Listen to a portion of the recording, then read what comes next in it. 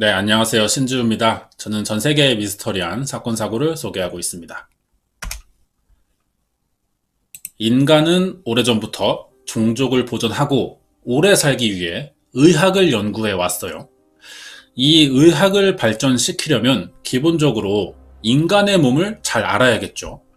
그럼 여기서 또 인간의 몸을 잘 알기 위한 가장 빠른 방법은 뭐냐는 거예요. 몸을 열어보는 겁니다. 인체 해부예요. 해부학은 의학의 기본이라고 할 수 있죠. 해부를 찾아보니까 한 2세기쯤부터 있던 걸로 추정되거든요. 하지만 사람 몸에 칼을 댄다는 행위를 금기하는 사회적인 분위기가 오랫동안 이어졌기 때문에 이게 16세기 정도 돼서야 학문으로 인정받기 시작합니다. 이때부터 본격적인 연구를 한 거예요. 뭔가를 개척하고 발전시키는 건 좋은 일이죠. 그런데 이 인간의 역사를 보면 개척과 발전의 과정이 대부분 좋지만 않습니다. 누군가가 이 시행착오에 희생돼야 하기 때문이에요. 이번에 알아볼 해부학도 수만 번 이상의 실패와 부작용의 피해자들로 만들어진 학문이라는 겁니다. 그것도 연쇄살인 사건이 끼어 있었다는 거죠. 어떤 내용이었는지 알아보겠습니다. 자세한 내용 궁금하시면 구독과 좋아요 부탁드립니다. 200년 전쯤인 1829년 4월 스코틀랜드의 수도 에든버러의 올드타운이라는 주택가에서 앞도 보이지 않을 만큼 안개가 많이 낀 새벽 시간이었습니다. 두 사람이 바쁘게 움직이는 거예요. 이들 손엔 길고 커다란 상자 같은 게 들려 있었거든요. 마치 멀리서 보면 통나무를 앞뒤로 나누어 든 모양이었습니다. 이대로 한참을 걸어가서 도착한 곳이 마을을 벗어나 신도시에 지어진 집이었대요. 이상한 건 집의 정문이 아니라 뒤로 돌아갔다는 겁니다. 사람들이 전혀 찾지 않을 것 같은 집 뒤편을 가보니까 벽과 담장 사이에 작은 문이 하나 있었거든요. 여길 두드려요, 이 사람들이. 그러자 안에서 50대 정도로 보이는 남자가 문을 열어줍니다. 그러자 이 두 사람은 가져온 짐과 함께 집 안에 들어가요. 방 한가운데에는 기다란 책상이 있었다고 합니다. 여기에 이 짐을 내려놓자 집주인이 수고했다며 8파운드의 돈을 줬습니다. 지금의 60만 원 정도 되는 금액인데요. 이 사람들은 물건을 배달했던 거예요. 조만간 그리고 또 좋은 거래를 하자며 집을 나와 돌아갔고요. 물건을 받은 집주인은 짐을 풀기 시작합니다. 며칠이 지나요. 새벽에 물건을 배달받았던 이 50대 남성의 집 앞으로 여러 사람들이 찾아왔거든요. 누구냐? 에든버러 의과대학에 다니는 학생들이었습니다. 교수 집에 실습을 나오는 거예요. 그러니까 이 집주인은 에든버러 대학의 의학 박사인 로버트 녹스라는 사람이었던 겁니다. 학생들은 이 교수 집에 있는 실험실을 직접 와봤다는 자체가 너무 신기했어요. 집안에 보기 힘든 의학 도구와 서적들, 여러 표본들이 너무 많았거든요. 집안을 구경하던 학생들이 들뜬 표정을 하자 교수가 기분이 좋아졌습니다. 더 놀라운 걸 보여주겠다면서 학생들을 다 데리고 지하실을 내려가는 거예요. 가보니까 수술대로 쓰면 딱 좋아 보이는 긴 식탁과 다양한 인체 표본들이 병에 들어있었습니다. 그중 학생들의 시선을 가장 끄는 게 뭐였냐면 유리로 만든 관 안에 들어있는 여성 시신이었어요.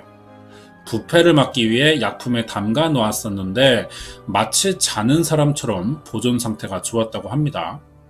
로버트 녹스 교수는 학생들에게 자랑하듯이 아주 어렵게 구한 실습용 시신이라고 설명했어요.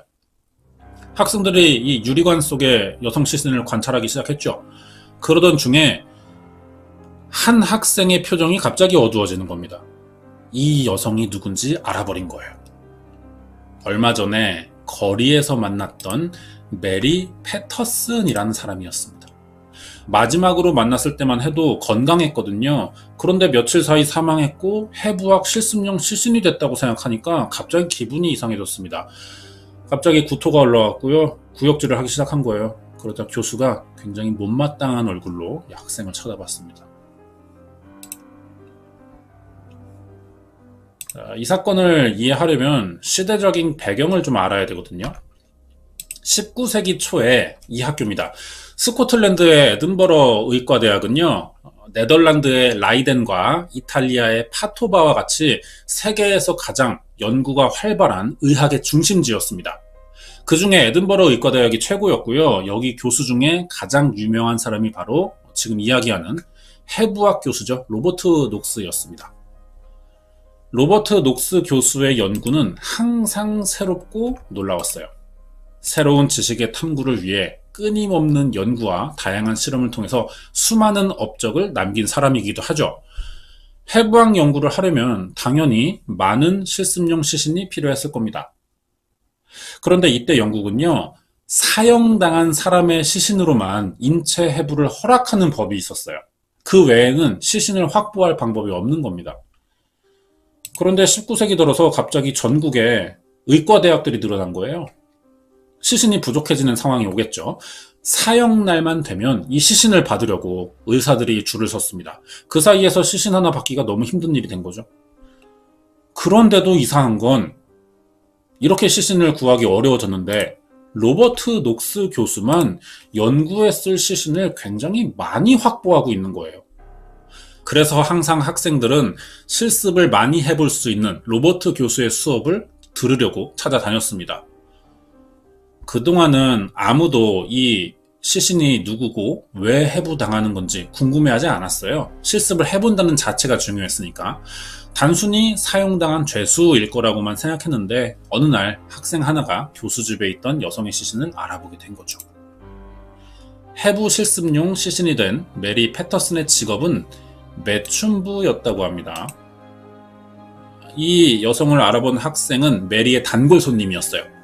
이 교수 집에 방문하기 전날에도 메리를 찾아갔는데 얼마 전부터 보이지 않는다는 이야기를 듣고 돌아갔었거든요. 그런데 다음날 로버트 녹스 교수 지하실에 있는 겁니다, 이 사람이. 이때부터 교수가 의심되기 시작했어요. 어째서 전체 의과대학을 통틀어 로버트 녹스 교수만 상태 좋은 시신을 항상 구할 수 있냐는 겁니다. 로버트 녹스 교수에겐 절대 들키면 안 되는 비밀이 있던 거예요. 자신만의 특별한 공급처를 통해 비밀리에 실습용 시신을 구매하고 있었던 거죠. 얼마 전 새벽에 큰 짐을 가져다 둔 두 명의 남자가 그 사람들이었습니다. 윌리엄 버크와 윌리엄 헤어예요.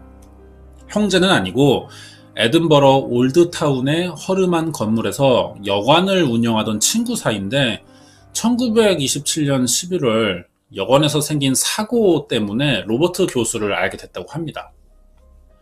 자, 왜 이런 일이 생겼냐면 그 당시 시대 상황을 좀 볼게요. 19세기 에든버러는 스코틀랜드에서 가장 큰 도시지만 분위기가 그렇게 좋은 곳은 아니었어요. 왜냐면 개발이 한 곳에만 집중되면서 도시 발전에 불균형이 생겼던 겁니다. 개발된 곳은 위쪽에 뉴타운이고요. 사건이 일어난 곳은 올드타운이에요. 자연스럽게 돈이 많은 사람들, 잘 사는 사람들은 개발된 뉴타운으로 갔고 가난한 사람들은 올드타운에 모일 수밖에 없는 거죠. 그러면서 동시에 에든버러에는 사람들이 몰리기 시작합니다. 이민자들이 온 거예요. 대부분 아일랜드의 가난한 사람들이었는데 이 사람들이 뉴타운으로 갈 수는 없었겠죠. 이렇게 짧은 시간 동안 에든버러의 인구수는 2배 이상이 늘어나요. 안 그래도 가난한 올드타운은 집과 일자리가 더 부족해지기 시작하는 거죠. 올드타운은 항상 집과 일자리를 못 찾는 사람들이 넘쳐났고요. 이런 사회 분위기가 오래 가면 어쩔 수 없습니다, 구조가. 매춘이나 불법적인 사업이 생길 수밖에 없는 거예요. 시신을 공급해주는 윌리엄 버크와 헤어도 일자리를 구하지 못하자 올드타운에 자기 집을 개조해서 여관으로 불법 영업을 하던 사람들이었거든요. 장사는 잘 되지 않았습니다. 그러자 돈을 벌기 위해 도박을 했는데 오히려 빚만 더 진 거예요. 돈 문제로 고민이 많아지던 중에 1827년 11월 29일 자기 여관에 온 손님 한 명이 방 안에서 사망하는 사건이 일어났던 거죠. 원인은 지병에 의한 돌연사였다고 합니다. 사망은 안타까운 일이에요. 하지만 버크와 헤어는 화가 많이 났습니다. 이 사람에게 이미 몇 달치 방세가 밀려 있었는데 돈도 받지 못하고 시신 처리까지 하게 생긴 거죠. 불법 영업이니까 경찰에 신고할 수는 없어요. 그렇다고 시신을 거리에 버리는 건 당연히 안 되고 땅에 묻자니 마땅한 장소가 없었습니다. 이런 고민을 하던 중 여관에 있던 다른 손님이 방법을 알려주는 거예요. 시신을 에든버러 의과대학에 가져가면 사는 사람이 많을 거라는 겁니다. 시신을 처리하고 돈까지 받을 수 있다는 말이 이상하게 들리긴 했어요. 하지만 딱히 다른 방법이 없으니까 손님 말대로 시신을 들고 에든버러 대학의 의과 교수를 찾아갔죠. 여기가 바로 로버트 녹스 교수의 연구실이었던 겁니다. 사실 녹스 교수도 이전까지는 시신을 구하지 못하고 있는 의사 중 한 명이었어요. 그랬는데 시신을 보니까 반가울 수밖에 없는 거죠. 8파운드를 줬어요. 시신값으로. 이 돈은 죽은 사람이 밀린 반값의 3배나 되는 돈이었습니다. 거래가 끝났고 버크와 헤어는 운이 좋은 거죠. 돈을 받아서 돌아가려고 하는데 갑자기 녹스 교수가 불러 세워요. 이런 일이 또 생겨서 다음에 다시 만났으면 좋겠다. 값은 충분히 쳐주겠다 라는 말을 한 거죠. 버크와 헤어는 교수의 방을 나오면서 둘이 눈을 마주칩니다. 서로 뭐 어떤 말을 꺼낸 건 아니에요. 하지만 눈을 보면서 같은 생각이라는 걸 알게 됩니다. 이렇게 새 사업이 시작된 거죠. 이때부터 여관은 전혀 신경 쓰지 않았고요. 새 사업에만 집중합니다. 시신을 싸게 사서 비싸게 파는 장사였던 거예요, 사업이. 그런데 생각과 다르게 거래가 가능한 시신을 구하는 일이 거의 불가능했습니다. 경쟁자가 너무 많은 거죠. 다른 사람 묘를 파내는 것밖에 없어요, 방법이. 그런데 부패된 시신은 해부용으로 쓸 수 없죠. 그렇다고 큰 돈을 벌 수 있는 방법이 이제 막 생겼는데 포기하기도 아쉬웠고요. 고민하다가 결국 시신을 구할 수 없으면 만들자라는 생각까지 하게 된 겁니다. 1828년 1월 여관에 손님으로 온 소금 장수와 여성을 베개로 눌러 질식시켰고요. 시신을 로버트 박사에게 팔았어요. 해보니까 생각보다 방법이 간단한 겁니다. 이날부터 버크와 윌리엄은 상태 좋은 시신을 만들기 위해 거리를 돌아다니거나 여관에 찾아오는 손님들을 관찰하기 시작했어요. 범행 대상은 갑자기 사라져도 신경 쓸 사람이 없는 길거리 노인이나 매춘 여성 아니면 부모가 없는 고아들이었습니다. 여기에 맞는 사람을 발견하면 술과 음식을 주겠다면서 여관으로 유인해요. 헤어가 피해자를 붙잡고 버크가 질식시키는 방법이었는데 피해자를 원형 그대로 가져가야 실습용으로서 가치가 있겠죠. 그래서 주로 질식시키는 방법을 사용했습니다. 이렇게 10개월간 16명의 시신을 로버트 녹스의 집으로 배달했던 거예요. 그때마다 7파운드에서 많으면 10파운드까지 돈을 받았고요. 이렇게 충분한 시신 확보가 가능했던 녹스 교수는 남들이 하지 못하는 다양한 연구와 실험을 할 수 있었고 이렇게 해부학의 선구자가 된 겁니다. 이렇게 세 사람의 비밀 거래는 당분간 계속됐어요. 하지만 어느 날 학생이 실습용 시신을 알아보면서 그동안의 일이 알려져 버린 거죠. 며칠 전까지 살아있던 여성이 해부용 시신으로 누워있는 게 이상하다는 생각에 녹스 교수를 경찰에 신고한 겁니다. 1828년 11월 경찰이 녹스 교수 실험실에 왔을 때도 전날 이 범인들이 판 시신이 누워 있었어요. 증거물이 현장에서 발견된 겁니다. 이렇게 버크와 헤어는 체포됐지만 녹스 교수는 범행 사실을 몰랐다 그래요. 그래서 간단한 조사만 받고 풀려납니다. 이때 녹스 교수는 버크와 헤어가 가져온 시신이 사망한 무연고자인 줄로만 알고 구매한 것 뿐이며 범행 피해자라는 건 전혀 몰랐다고 했는데 이걸 믿을 수가 없어요. 왜냐하면 이 사람은 의사거든요. 16명이 주기적으로 질식해서만 들어왔는데 해부하면서 이런 점에 이상함을 못 느꼈을 리는 없거든요. 사실 로버트 녹스 교수도 이 사실을 다 알고 있었습니다.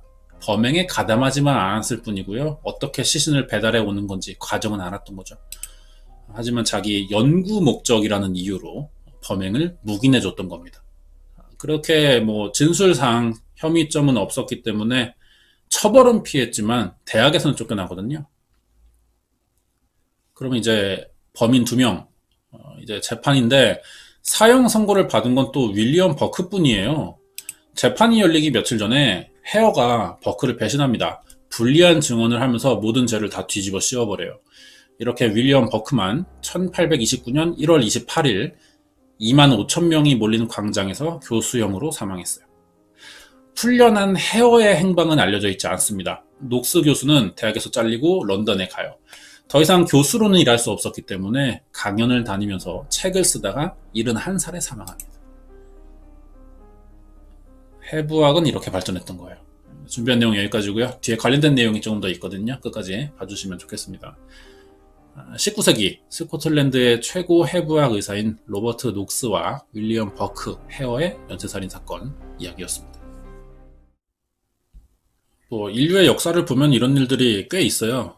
예를 들어서 콜럼버스도 신대륙을 발견한 개척자지만 그 과정에서 노예나 약탈 이런 거래를 굉장히 많이 한 사람이고, 그리고 미국에서는 매독 백신을 만들기 위해서 일부러 흑인들을 찾아갑니다, 의사가. 그래서 매독균을 주입하고 연구를 하기도 한 적도 있어요. 이런 식으로 어떤 개척자들, 그리고 의학 부분에서도 이런 점이 좀 많아요. 새로운 질병 치료나 연구를 위해서 표본이 필요하니까 표본을 고의로 만들어내서 연구하는 이런 비윤리적인 행동들을 좀 한 경우들이 많습니다. 자, 관련된 이야기를 좀 더 하자면은 이 사진을 먼저 볼까요? 자, 이게 누구냐면 연쇄살인범이고 불법 시신 판매로 사용된 윌리엄의 해골이에요. 이때는 아까 말한 대로 실습용 해부 시신을 사형수로 한정했습니다. 그래서 사형당하고 병원에 기증된 거죠. 그리고 이 사건을 사람들이 평생 기억하자는 의미로 사건이 일어난 지역인 지금도 있어요. 에든버러 의과대학에서 200년 넘게 전시되고 있습니다. 이것도 윌리엄 버크의 피부로 만든 책이에요. 19세기에는 인피라고 그래서 책 커버, 표지를 사람 피부를 이용해서 만드는 일이 있었습니다. 이것도 사형된 범인들로 한정해서 만들 수 있게 하고 있었어요. 자, 그리고 풀려난 윌리엄 헤어의 행방인데요. 두 가지 얘기가 있습니다. 경찰이 윌리엄 헤어를 풀어준 척하고 사실은 따로 가둬서 비밀리에 죄를 인정할 때까지 고문하고 강제 노역시켰다는 소문이 돌았었고요. 스코틀랜드에서 강제 추방되자 미국으로 갔다는 이야기가 있는데 확인된 건 하나도 없습니다. 아마 이때가 사람이 사라지면 소식이 알려지기 어렵고 찾기도 힘들고요. 그런데다가 해외로 간 거라면 신원을 확인할 방법이 그 나라에서도 없는 거죠. 그래서 아마 실종 상태라기보다는 아무도 관심을 갖지 않고 찾을 수 없는 이런 상태지 않았나 생각됩니다. 이 사건이 의도치 않게 로버트 녹스라는 교수에 의해 의학이 발전되는 계기가 됐어요. 해부학을 통해서 질병 치료를 연구할 수 있다는 확신이 생긴 겁니다. 녹스 교수의 연구 자료들을 통해서. 그래서 해부가 좀 더 많아져야 된다라는 생각을 갖게 됐고요, 사람들이. 그래서 사형수만 아니라 이 사건 이후로 기증받은 시신도 실습이 가능하도록 해부학에 관한 법이 수정되기도 했습니다.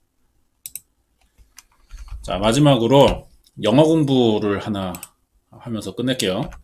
버크라는 단어가 있습니다. 이게 질식시켜 죽이다 라는 뜻인데요. 범행을 했었던 이 사건에서 윌리엄 버크의 살해수법이었던 거죠. 목을 조르는 이 범인의 이름에서 따온 단어였습니다. 여기까지예요.